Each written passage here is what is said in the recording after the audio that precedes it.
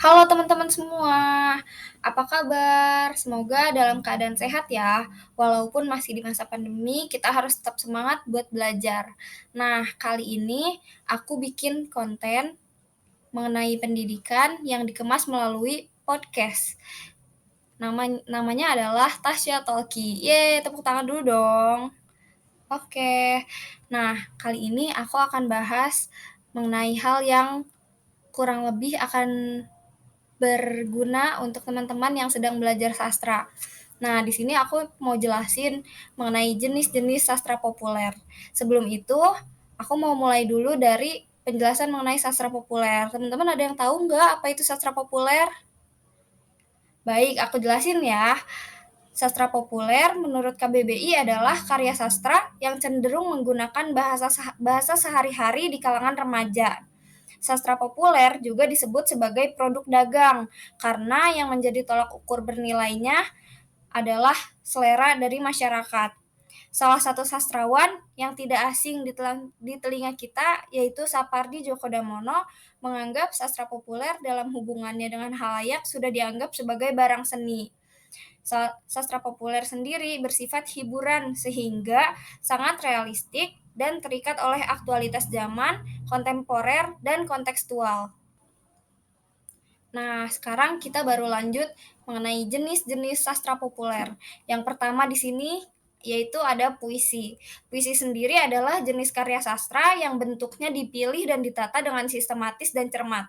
Hal tersebut guna mempertajam kesadaran seseorang mengenai pengalaman dan membangkitkan tanggapan melalui bunyi, irama, dan makna yang khusus. Oleh sebab itu, sangat memperhatikan kepaduan dan ketepatan dalam pemilihan katanya. Salah satu contoh puisi sastra populer adalah puisi berjudul Cinta karya Nia Samsihono. Nah, aku bacain sedikit baitnya ya. Bagai angin yang menyentuh wajah, lembut menepis duka tengadah. Ada nyanyi surga yang indah, ada tatapan menawan resah. Dah, aku coba baca sampai situ ya. Kalau mau lanjut baca karyanya, teman-teman boleh googling sendiri. Nah, yang kedua di sini ada prosa. Prosa disusun dalam bentuk cerita atau narasi yang pada umumnya merupakan cangkokan dari monolog dan dialog. Bahasa prosa sangat dekat dengan kehidupan sehari-hari. Prosa atau fiksi adalah karangan yang bersifat menjelaskan secara terurai atau mengenal suatu masalah dan peristiwa dalam mengenal kehidupan manusia. Nah, yang ketiga di sini ada novel. Novel merupakan bentuk karya sastra populer yang memiliki unsur intrinsik dan ekstrinsik.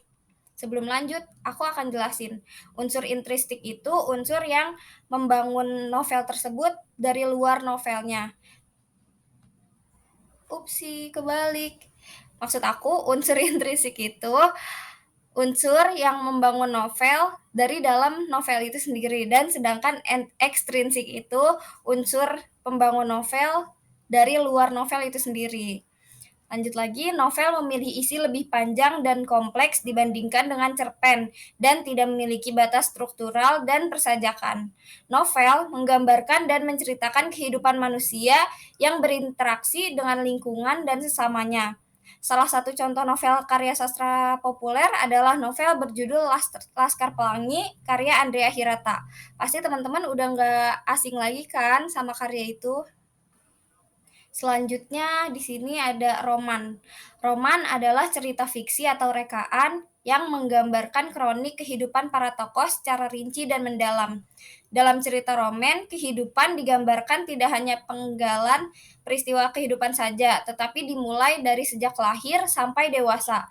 Salah satu contoh roman sastra populer adalah roman berjudul Tenggelamnya Kavan van der Wijk, karya Hamka. Nah, ini juga pasti gak akan asing kan teman-teman? Selanjutnya yaitu cerpen. Cerpen merupakan suatu karya sastra dalam bentuk tulisan yang mengisahkan tentang sebuah cerita fiksi yang dikemas secara pendek, jelas, dan ringkas. Nah, biasanya kalau cerpen ini hanya terdapat satu konflik, sedangkan kalau novel itu diceritakan secara keseluruhan sampai menyelesaikan konfliknya. Nah, salah satu contoh cerpen sastra populer adalah cerpen berjudul Coret-coret di Toilet karya Eka Kurniawan. Teman-teman boleh nih cari dan dibaca. Nah, yang terakhir yaitu drama. Drama merupakan genre karya sastra yang menggambarkan kehidupan manusia dengan gerak. Drama menggambarkan realita kehidupan, watak, serta tingkah laku manusia melalui peran dan dialog yang dipentaskan. Kisah dan cerita dalam drama memuat konflik dan emosi yang secara khusus ditujukan untuk pementasan teater. Nah, kita udah sampai nih di penghujungnya. Semoga teman-teman paham ya apa yang aku jelasin. Terima kasih telah mendengarkan. Dadah.